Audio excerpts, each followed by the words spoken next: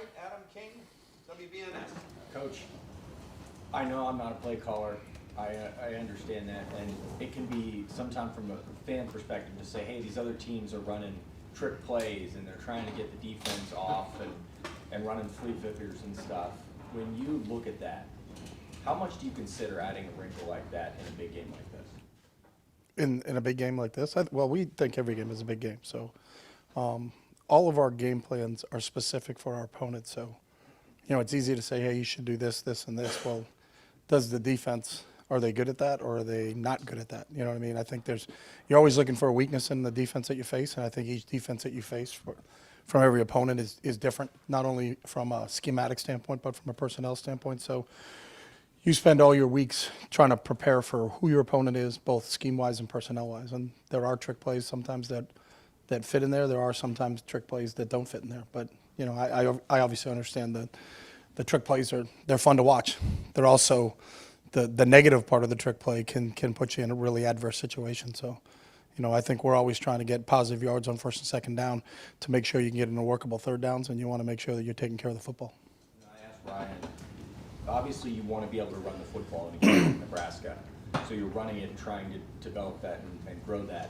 At what point in that game do you have to say, okay, we've just got to go win the football game? And how does that change the play call? Yeah, I don't think it changes the play call because our game plan going into the Nebraska game is that we have to run the football to develop our running game. Like we're at a point where we're not trying to develop anything right now. We're trying to win football games. So, what's our best chance against what they're doing? And then obviously you can have plans going into the week, but sometimes that plan changes as the game starts to express itself, as you start to see, what the matchups are like. You have an understanding going into the game what you think the matchups are like, but they may not be what you think they are as the game goes along. So then you have to adjust within the game. Jeremy Birmingham, Thoughtcast. Chip, is there, as you head into a weekend like this where you're going to probably see a lot of pressure, again, you're talking team-specific, scenarios, but does that maybe force Will to be more involved in the run game? That, like, as you head into these days of practice, is that something that you're thinking about? I think it depends on who you're playing and what they're doing. Sometimes people generate pressure by just rushing four guys, and that doesn't, and they're playing coverage behind it, and they can do a good job of taking care of your quarterback. Other people's version of pressure is to blitz 7 or 8 guys, and there's an opportunity at those times when there's a hole in what they're bringing at you that you can pop something like that. So again, I think it depends on each team. The one thing I know about this team is that they're extremely sound. They can generate pressure with just their front four, and I think that's one of their strengths. I think their 2 defensive ends are as good as we'll face. They got a really good interior defensive tackle in Durant that can generate pass rush. So, I think the luxury when you have a defense where you can generate pressure with just the front four, then you can play a little bit more coverage, play a little bit closer to receivers because you think those 4 guys are going to come home. So their blitz percentages aren't as high as some of the teams that we play because those 4 guys up front can generate that pressure.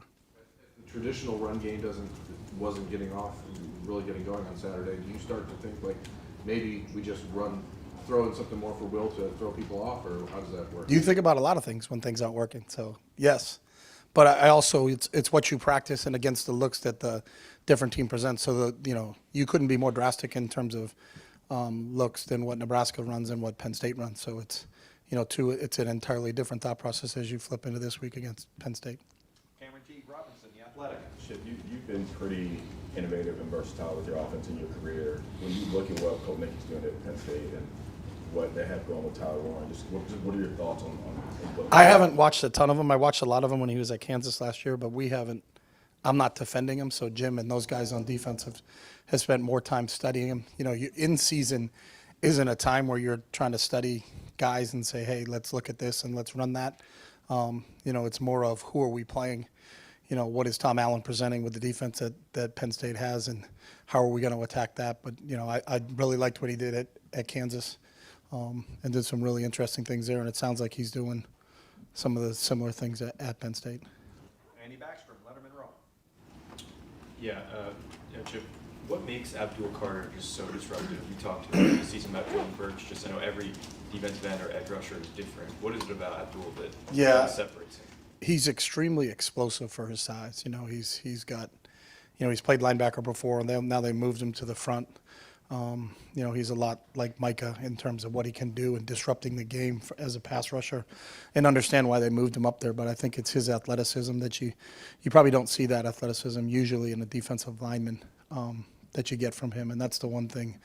You know, even trying to replicate that in practice, do you have somebody that's that fast? You know, if you do, he's probably not the same size as him. So, you know, it's that size-speed combination, and his ability to really get off on the snap is what's going to make him difficult to handle, and we got to make sure we understand where he is. They've done a decent job. You know, he had been predominantly playing on one side, but in the Wisconsin game, they moved him to the other side. So they could put him on either side, and we need to be aware of where he is. Bill Landis, Kings of the North. Chip, there's been an uptick the last two games you guys have played, and just runs kind of stopped at or behind the line of scrimmage. Have you identified anything there, call-wise, execution-wise, that you guys need to iron out going into this game? Yeah, I mean, we can't live with the way we ran the ball last week, and so that's part of what we have to do heading into this game, because you're going to have to win the rushing battle to win games in the Big Ten, so we certainly understand that. Again, like I said earlier, Penn State's defense is different than Nebraska's, so things that you would do against Penn State are different than things you would do against Nebraska, but you're right in that we have to establish a run in this game. I know you can't just like snap your fingers and generate an explosive You run wish you play. could, though, I know don't you you? wish you could. But you guys were good at getting those, explosive run plays earlier on in the year. I understand you play better defense, it's more challenging, but how much is that on your mind, I guess, trying to find ways to be more explosive? Yeah, your mind is just how can we be successful, and then success is generated in first downs. And the way you generate first downs is to put yourself in convertible third down situations, or actually convert on first and second down and not even be in third down. So it's really, what's our efficiency like on first and second down, so we can put ourselves in a workable third down situation. Stephen Means, Cleveland.com. I know you missed all of what Josh Simmons was for you as a left tackle, but where does his absence show up more, in the run game or in the passing game as a pass program? I think in both, because Josh was not just a one-dimensional player. He was a really, really talented player that's going to play football on Sundays. And as a pass protector, his athleticism was as good as it was in the country, but his quickness and his ability to get out of his stance and get his hands on people was a real asset for us in the run game. So you missed both of that with Josh. He wasn't just a one-dimensional player. So he's back in the building now, and he's running around, got a smile on his face, which we're happy for, and I hope he's off to a full recovery. But when you miss a player of Josh's talent, that's going to hurt. But we got to step up, and we got to go on, and we got to move on, because everybody at this point in time has had injuries, so and has lost somebody at some point in time, depending on position. But everybody's lost somebody at this point in time, and that's what we knew going into this. If you're going to be playing a 16 or 17 game season, that there's going to be some attrition that happens, and who it is you don't know, but you got to be able to weather that storm if you're going to be successful. Can you just evaluate where you think your offensive line depth is right now that you spent 3 weeks watching it without Josh, and obviously some other injuries, but also get the chance to see some of these guys playing meaningful snaps, and where you think your offensive line is right now? Yeah, they're where we need them to be right now, because that's who we have. This isn't the National Football League where if you do lose somebody, you can go out to the waiver wire and go find another player at that position.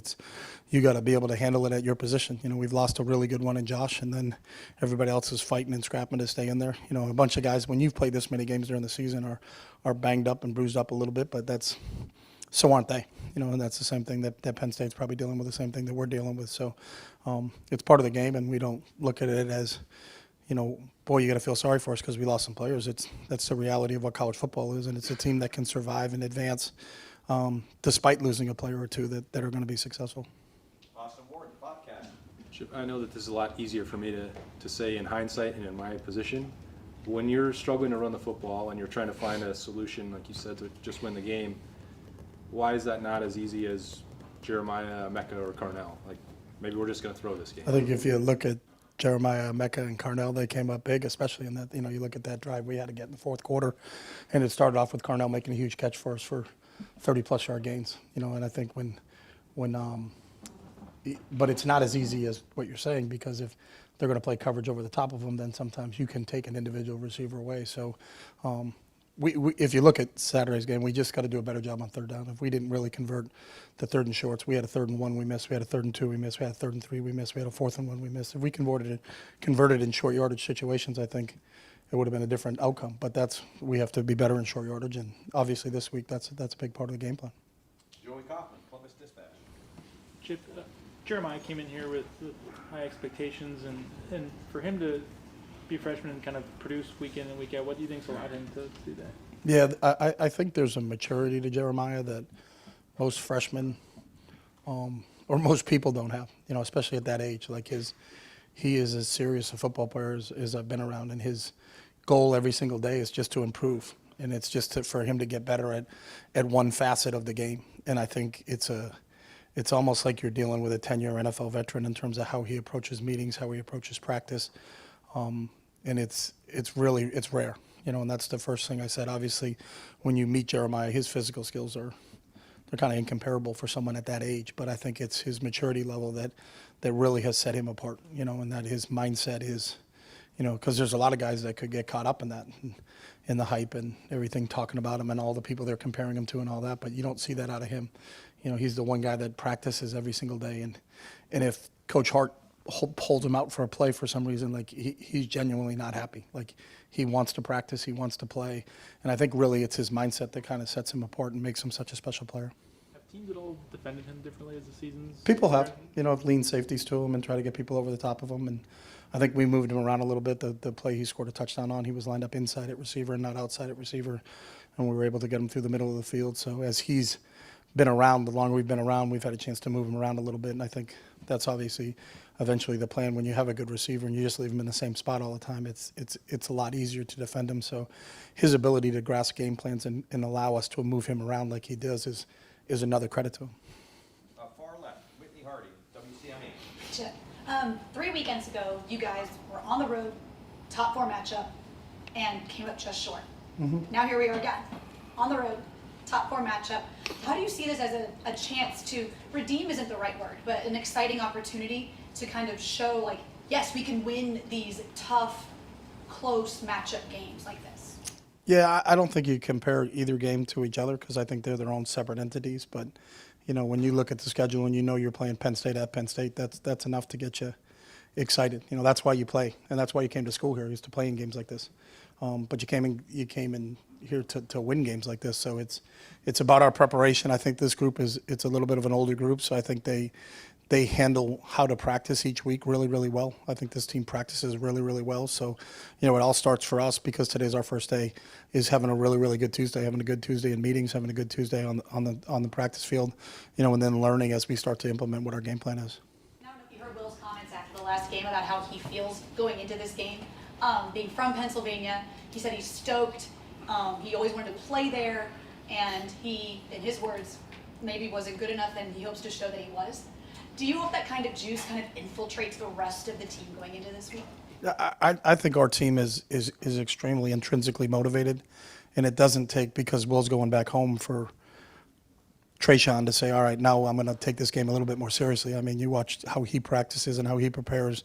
He takes every game serious, and I think he sets a tone. So that older group, Will, Trey, Donnie, those guys that have been around and played a lot of football in their college careers understand the magnitude of this football game. Tim May, Letterman Road. Last question. No. Oh, I thought that was a tradition. I was hoping it was a tradition. So the motto this week isn't "where there's a will, there's a way." I'm just being smart. That's a good one. You should get a T-shirt made. Yeah, I know. NIL. There you go. As you look back on last week, I mean, the Oregon game, speaking of that, a lot of short yardage situations. Y'all even got into robust T, is what I call it. One time, I think, in the middle of the field and stuff. And two backs look anyway a lot and stuff. I don't remember seeing that, if at all, on Saturday and stuff. And I'm just wondering, as you're sitting there in the press box, are you continually going through your mental Rolodex about how do we get this fixed? I mean, what's going on here?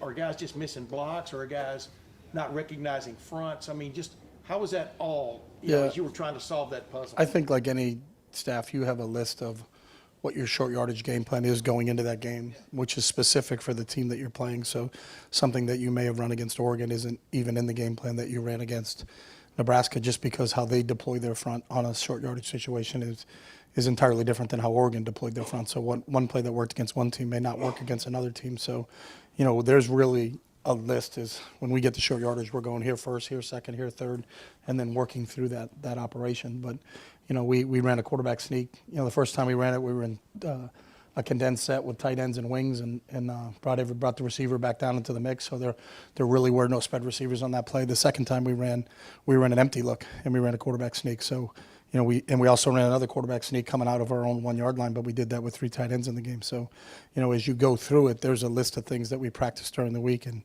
we're calling what we do on Saturday based upon what we did during the week because of who our opponent is. And so, but when you come off a game like that where literally the work on third down was poor, you know what I mean? The conversions on third down was poor. Do you just throw that in the trash? I mean, what, you know what I mean? Well, I guess what I'm asking is, what do you think y'all got wrong in that respect? Because all of a sudden it came right on the last drive, of course. Yeah, and that's football. I don't think there's not one perfect play call to call all the time. If you did, everybody would do it. I think it's a combination of the situation, what happened, what was the snap count, what formation were we in, how did the defense react? Did they react the way that we thought they were going to react, and put people in the places that we practiced what we thought they were going to be in? So it's all a combination of that. When you're going to be successful on third down, it takes a lot of work, and takes all 11 guys and the play caller being on the same page. Bill Rabinowitz, Columbus Dispatch. Chip, you said, Ryan has said many times, that there's no waiver wire in college football. You lost Josh Simmons, obviously. This team still has the same championship aspirations it always has, of Sure. course. How confident are you as an offensive coordinator that this offensive line, as it is right now, can take you there? I'm very confident. I watch those guys every day, and I think there's a really good group of guys. We lost one in a really good one in Josh, but there's a bunch of other guys there that I think are really, really good football players. So I think we're really confident and excited about this challenge that Penn State presents for us. And if Donovan has to move to left tackle, what's your level of confidence with him? Obviously, he's a very good guard. Never played tackle in a game. Yeah, I think Donnie could play anywhere on the offensive line. He's that type of player, and I think the best combination is, I think first off, we've got to find out exactly who's healthy by the time game time rolls around, and then we'll put together what we think is going to give us our best opportunity there. But we're extremely confident in Donnie if he had to go there.